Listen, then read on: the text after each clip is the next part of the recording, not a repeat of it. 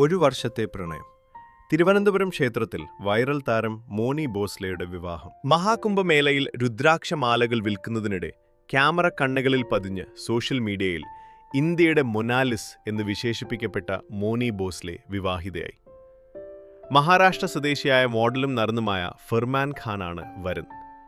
ഇന്ന് വൈകുന്നേരം ആറുമാനൂർ ശ്രീ നായനാർ ദേവക്ഷേത്രത്തിൽ വെച്ചായിരുന്നു വിവാഹ ചടങ്ങുകൾ നടന്നത്. ക്ഷേത്രത്തിൽ നടന്ന ചടങ്ങിൽ രാഷ്ട്രീയ സാമൂഹിക രംഗത്തെ പ്രമുഖരും പങ്കെടുത്തു.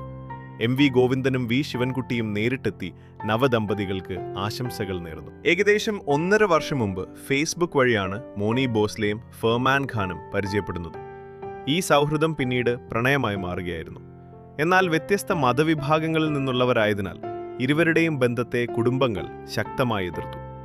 മോണിയുടെ പിതാവ് ജയ്സിംഗ് ബോസ്ലെ മകളെ മറ്റൊരു വിവാഹത്തിന് നിർബന്ധിച്ചതോടെ ഇരുവരും സുരക്ഷിതമായ ഇടം തേടി കേരളത്തിലെത്തി. ഇതിനിടെ പൂവാറിലൊരു സിനിമയുടെ ചിത്രീകരണത്തിനായി എത്തിയിരിക്കുകയായിരുന്നു മോണി.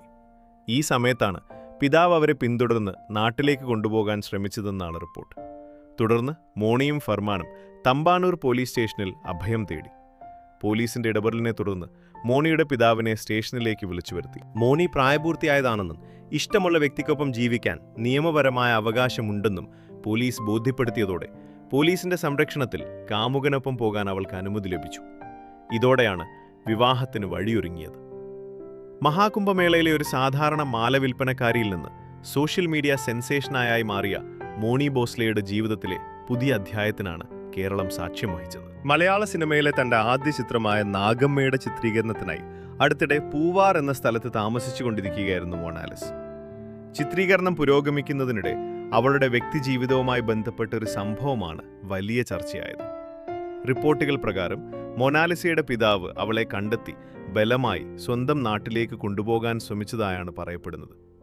ഈ സാഹചര്യത്തിൽ സുരക്ഷ തേടി മൊണാലിസയും അവളുടെ പ്രിയതാമസായ ഫർമാനും തമ്പാനൂർ പോലീസ് സ്റ്റേഷനിൽ അഭയം തേടി. സംഭവത്തിൽ പോലീസ് ഇടപെട്ട് മൊണാലിസയുടെ പിതാവിനെ സ്റ്റേഷനിലേക്ക് വിളിച്ചു വരുത്തുകയും മൊണാലിസ് പ്രായപൂർത്തിയായ ഒരാളായതിനാൽ താൻ ഇഷ്ടപ്പെടുന്ന വ്യക്തിയോടൊപ്പം ജീവിക്കാൻ നിയമപരമായ അവകാശമുണ്ടെന്ന് വ്യക്തമാക്കുകയും ചെയ്തു.